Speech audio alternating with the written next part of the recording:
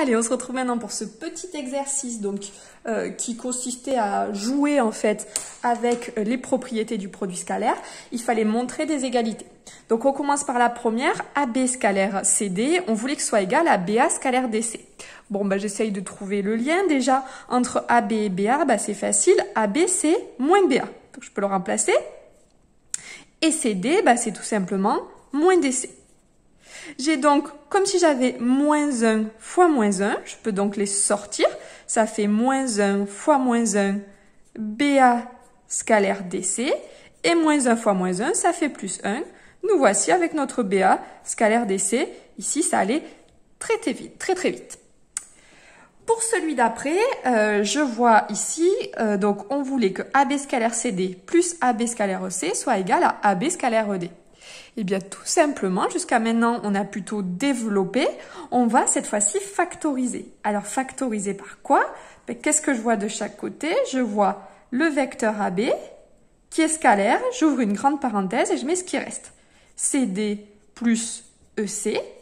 Et là, je vois que je vais avoir ED. J'en suis très près, en fait, puisque CD scalaire EC, c'est la même chose que EC plus CD. Là, j'ai juste échangé leur place. 3 plus 4 égale 4 plus 3. Et donc, le produit scalaire de AB est égal, d'après la relation de Schall, à AB scalaire ED. Je retrouve bien mon égalité. Enfin, pour l'exercice 58, donc, on voulait que AB scalaire AC soit égal à la norme à AB carré, le carré scalaire de AB, moins BA scalaire BC. Bon, donc déjà, je vois que le AB, je vais le retrouver ici. Par contre, le AC, je ne l'ai pas ici. Et à la place de AC, je voudrais soit du AB, soit du BA, soit du BC.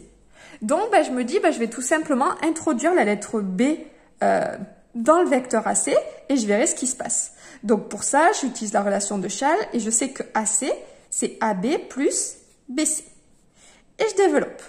Alors, déjà, de suite, je vois que j'ai quelque chose qui m'arrange puisque je vais avoir AB scalaire AB. Et ça, c'est bien le carré scalaire de AB. Plus AB scalaire BC. Alors là, je vois que je suis très près, mais pas tout à fait. J'obtiens donc le carré scalaire de AB. Je veux pas AB, je veux BA, mais pas de souci puisque AB, c'est moins BA. Et je sors ce moins qui est comme un moins 1. Et ça fait le carré scalaire de AB moins BA scalaire BC. Donc voilà pour cet exercice qui allait très vite. Là, on est vraiment sur des petits travaux sur les propriétés qui devraient normalement pas vous poser souci.